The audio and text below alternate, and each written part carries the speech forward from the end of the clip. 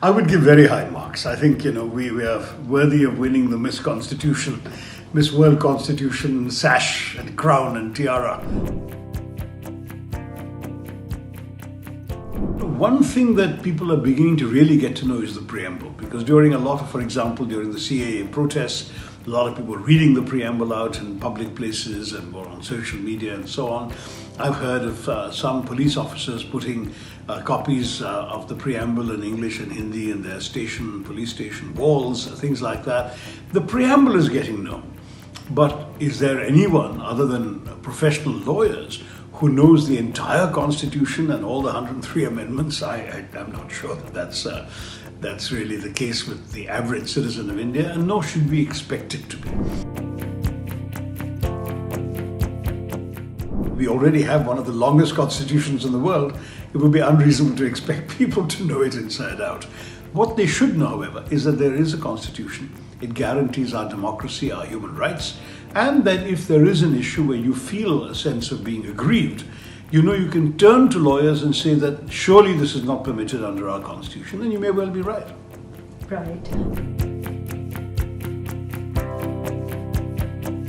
Well, we've had over 100 amendments, but I'm not sure that's part of the weakness of the Constitution. In some ways, the fact that the Constitution can be amended is a sign of its inherent strength and flexibility. When you think some of our neighboring countries have already been through 3 or 4 different constitutions, ours was designed in such a way that given enough political will, you can amend it. And that means that you're in a position to keep the Constitution flexible in terms of current needs and current priorities.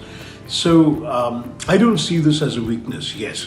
And certainly the basic structure doctrine in any case gives it a bedrock foundation that cannot be lightly tampered with. So I would say the Constitution has stood the test of time. I would say that if the government were to amend the Constitution in the direction of creating a Hindu Rashtra or making Hindi the official national language or any of these other pet themes that we've heard BJP MPs articulate from time to time, then I think there will be resistance. Since you have a majority, and this is very much a majoritarian government, you actually have a greater duty to be sensitive to and to respect the needs and wishes of the minorities.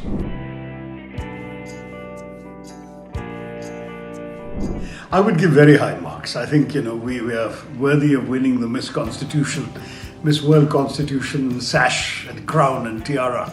But the point is, as Ambedkar Sahib himself said, he said that a constitution is only as good as its implementation. So a good constitution can be wrecked by bad implementation, and a bad constitution can be made good by good implementation. So a lot depends on how we make it work.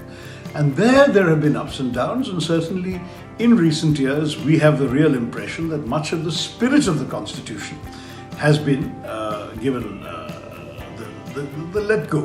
Even something like the Citizenship Amendment Act, which for the first time introduced a religious criterion for the grant of fast-track citizenship.